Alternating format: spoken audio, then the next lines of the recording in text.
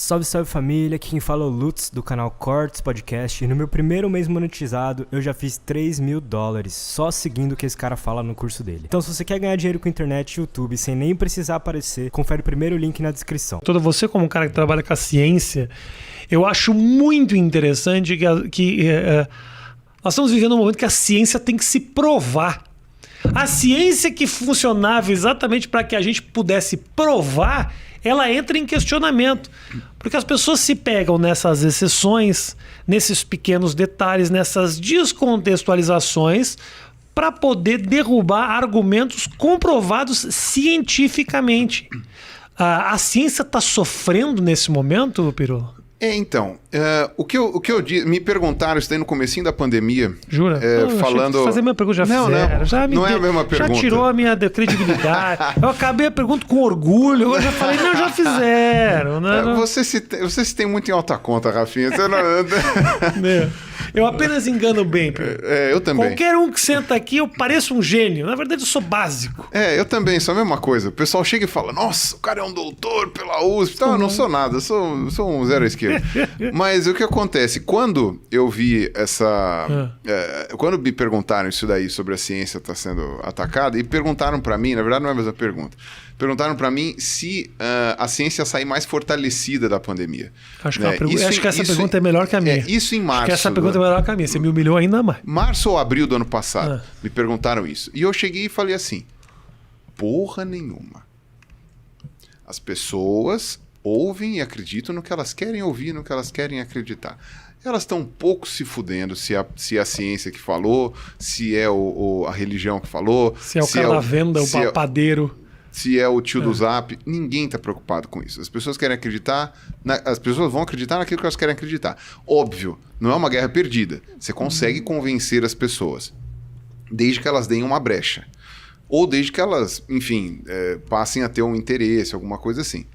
Então não é para desistir, não vamos convencer ninguém.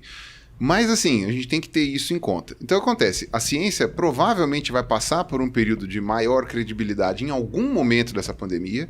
Acredito que esse período vai começar a chegar agora com a questão da vacina. Mas isso não vai durar. Terminou a pandemia, vai continuar do mesmo jeito que sempre foi, não vai melhorar muito. E é uma coisa que, inclusive, isso daí tem vários estudos comprovando isso e tal, e nem precisaria dos estudos, no próprio dia a dia a gente percebe, mas é bom ter estudo porque poderia ser uma evidência anedótica que não é o caso, né? Eu já fiz um vídeo bem antigo, né, que chama A Diferença entre Forma e Conteúdo, né? Eu sempre dou de exemplo um episódio dos Simpsons, que acho que é, sei lá, uma das primeiras temporadas, que é assim, a Lisa quer provar que o Bart é burro, né? E ia ter uma feira de ciências na escola, e a linha de pesquisa dela que ela ia simular, né, era que provar que o irmão dela era mais burro que um hamster. Então ela pegou um hamster e ela treinou esse hamster para uma série de coisas. Então, por exemplo, ela ensinou o hamster, né, que se ele encostasse no botãozinho X, ele tomava um choque. E o hamster ia lá, nunca mais encostava no botãozinho. Aí ela fazia o mesmo experimento com o Bart encostava ali, né? E ia fazendo isso, né? Enfim, ela fazia uns 5, 6 experimentos mostrando que o Bart era mais burro que um hamster. Aí ela escreve, compila, só que o Bart, ele tem acesso a essa leitura antes dela apresentar. E aí ele fala, pô, ela tá me chamando de burro. Então eu vou ver o que eu faço. O que acontece? No dia da Feira de Ciências, ele submete um projeto. Hamsters podem andar de avião? E o que ele faz? Ele veste um hamster com uma roupinha de aviador, coloca num aviãozinho miniatura, tal, não sei o quê, e as pessoas acham ultra fofo.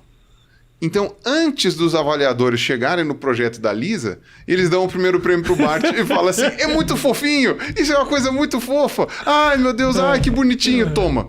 Né? E aí ele ganha, né? E ainda chega pra Lisa e fala, quem que é o burro? Né? Essa é uma metáfora do... E para mim é uma metáfora tipo forma versus conteúdo. Já que as pessoas vão acreditar no que elas querem acreditar, aquele que apresenta isso de uma maneira mais bonita, ou mais... Não precisa nem ser bonita no sentido estético, mas de uma maneira mais eficiente. Exato.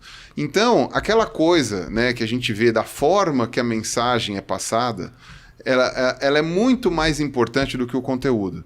Então, é por isso que vários formadores de opinião do YouTube tiveram sucesso sendo agressivos, por exemplo.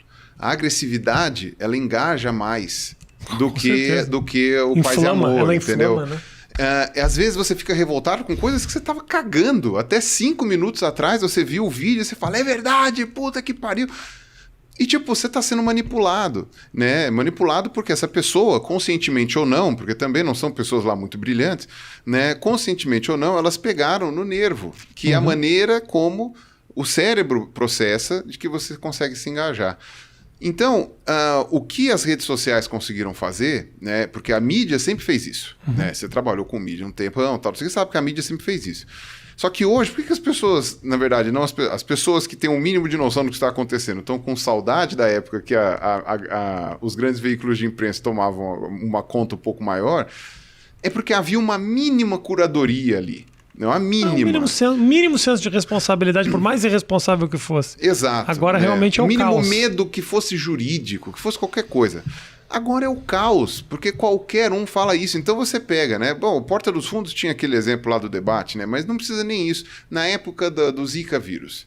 Na época do Zika, estavam os pesquisadores tentando mostrar como que as pessoas podiam evitar e o que podia fazer e tal, não sei o quê, e conversando com a população.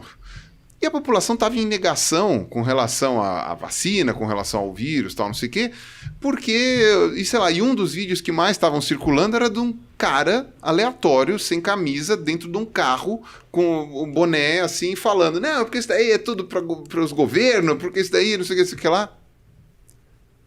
E o pior é que quando você põe no YouTube, você tem uma mínima noção do alcance daquilo.